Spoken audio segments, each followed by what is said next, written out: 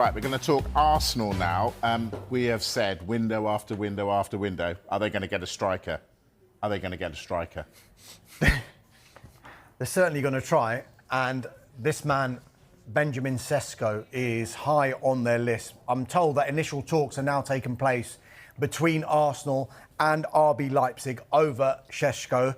They're understood, are Arsenal, to be exploring the conditions of a deal because whereas before there might have been a release clause, it's our understanding it's not as simple as that now. So RB Leipzig can basically charge what they feel they want. And I think they're basing their valuation, like some other clubs do, by comparing what other strikers are going for. So they might look at the likes of Hugo Ekitike and Alexander Isak and say, well, if they're worth that much, then Benjamin Sesko will be worth this much. And we think, according to Sky in Germany, it's around 80 million it's going to cost Arsenal. But it's clear if there's no release clause, Arsenal can go into talks as a starting point for negotiation. So they will try and bring that price down. Now, as far as Leipzig are concerned, Šeško is very relaxed about his situation there, and he's not going to rock the boat. That said, he's attracted by the prospect of a potential move to Arsenal and playing in the Champions League, which RB Leipzig won't have next season.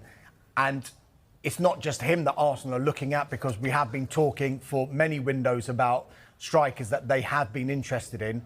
And internally, they will still discuss the likes of the man we've mentioned before in Victor Gyökeres. But Šeško, it seems, is climbing up that list as far as Arsenal are concerned. Carve, when we asked about Arsenal and their striker, they briefed, didn't they? And they told us, no, we're going to wait until we get the right striker. Is Benjamin Sesko for £80 million the right striker? I don't think Arsenal would pay that much for him, and even if they did, it would be in instalments. Potentially, he could be the answer to what they're looking for. He's one of the best young strikers in Europe. He's proved himself. Arsenal have been watching him very, very closely for a long time. I think he's still 22, so he would have resale value as well, whereas Gyökeres, I think, has just turned 27. So that wouldn't necessarily be the case with him. Couldn't they fall into the Højlund trap, though, of spending a lot of money on potential? Good question. All I would say is, personally, last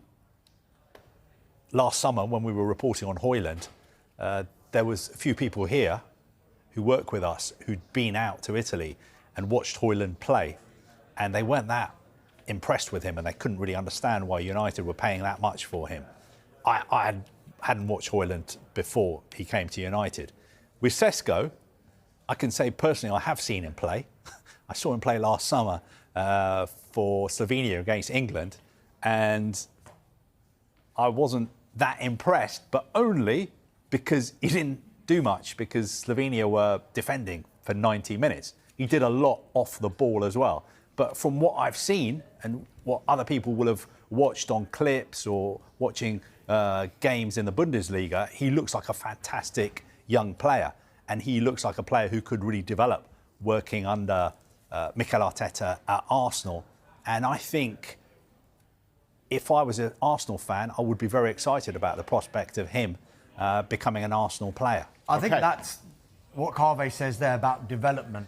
That's what Arsenal will look at as well, and any club will look at when they're going to spend big money on a player. They will see Sesko maybe as having a really high ceiling, given his age and his development so far at Leipzig. They've probably seen something, Arsenal, to think, well, yeah, his record goals-wise has been beaten by other players in the Bundesliga, admittedly, but if he was to come into this team, these are the kind of chances we'd be creating, and these are the number of goals maybe he could get at Arsenal, because they see his potential as being a lot higher than maybe some of their other targets. Sure. And to be fair to Højlund joined a team who were having one of their worst ever seasons in the top flight, whereas Sesko would be moving, if he moves to Arsenal, would be moving to a really top class team who may be just a striker away from winning the title. And I think the difference between Sesko and Højlund as well, Højlund, you say, was joining a struggling team, but also he was expected to lead the line for Manchester United. Sesko is going to be joining a club where there's a lot of experience in the forward areas already, and a lot of Premier League experience in the forward areas already. So if they wanted to just like ease him in, if they were to buy him, they'd be able to do that. I don't think United kind of had that option because there were no other strikers there. And I still think there's a very good chance that Højlund will come good. He's a very young player. United had a terrible season. He wasn't at his best. But that doesn't mean that in the future he's not going to develop and show everybody what he's capable of. And who knows, if Gyökeres was to join United, would he be the perfect player to come into United with experience to help Højlund along? Sure. As you can tell, a lot to talk about with this. We're going to revisit at 7 o'clock.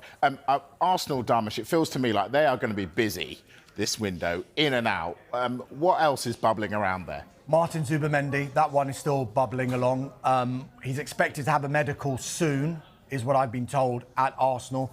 Everything about that deal looks like it's done. A £51 million release clause, which Arsenal will pay, and the personal terms have been agreed in principle. So once he gets his medical, it's expected that he will become an Arsenal player. I think they still want to keep Thomas Partey to Arsenal. There have been interest via his representatives from clubs in Saudi and in Europe, because he's a free agent as it stands very, very soon. Come the end of June, he's going to be out of contract at Arsenal. But negotiations are continuing between Arsenal and his representatives about extending that deal, because Arsenal do definitely want to keep him.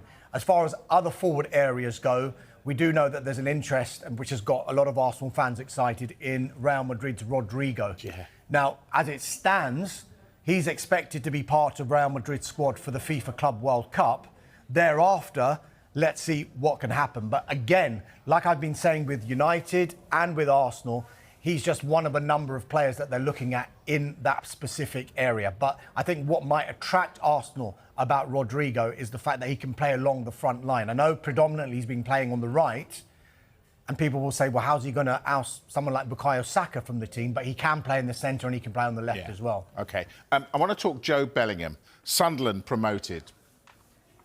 Leipzig striker Benjamin Sesko, with talks described as advancing well by Fabrizio Romano. The 6 feet 5 inches Slovenian has reportedly been identified as the ideal fit for Arteta's system, with the Arsenal manager said to have convinced the club to revisit their interest after coming close to signing him last year. But while the boss is all in on Sesko, not every supporter shares his enthusiasm. Many Gunners still see Viktor Gyökeres as the more suitable option. The Swedish striker has been heavily linked with a move to the Emirates and boasts a far more impressive recent goal tally. With 97 goals across the last 2 seasons, it's no surprise fans view the 27-year-old as the more proven option. Gyökeres is also at his peak. He's powerful, experienced, and seen by many as the type of striker who could hit the ground running in the Premier League. Sesko, by contrast, is still only 22. The age gap alone is enough for some to question whether Arsenal are once again choosing potential over proven quality. But concerns about Sesko's age may not be entirely fair. Despite only turning 22 recently, he has already made over 250 senior appearances for club and country. His journey started at just 16 with FC Liefering, before breaking through at Red Bull Salzburg and then moving on to Leipzig. That level of experience at such a young age is rare. For comparison, Gyökeres had just over 100 senior games under his belt at the same age. Sesko has been a regular starter for years and knows what it takes to lead the line week in, week out. While his numbers may not yet match Gyökeres, Sesko's ceiling remains incredibly high. He offers physical presence, technical ability, and time on his side. If Arteta believes he can mould him into a world-class forward, it's easy to see why the club are making him a priority. Arsenal's interest in Viktor Gyökeres isn't developing, and their full focus is on signing RB Leipzig striker Benjamin Sesko, according to Fabrizio Romano. The Gunners are set to sign a new number 9 this summer, and it has long been speculated that Gyökeres and Sesko were their top 2 targets. Both enjoyed superb past seasons at Sporting CP and Leipzig, respectively, and are the centre-forward profile that Mikel Arteta is crying out for.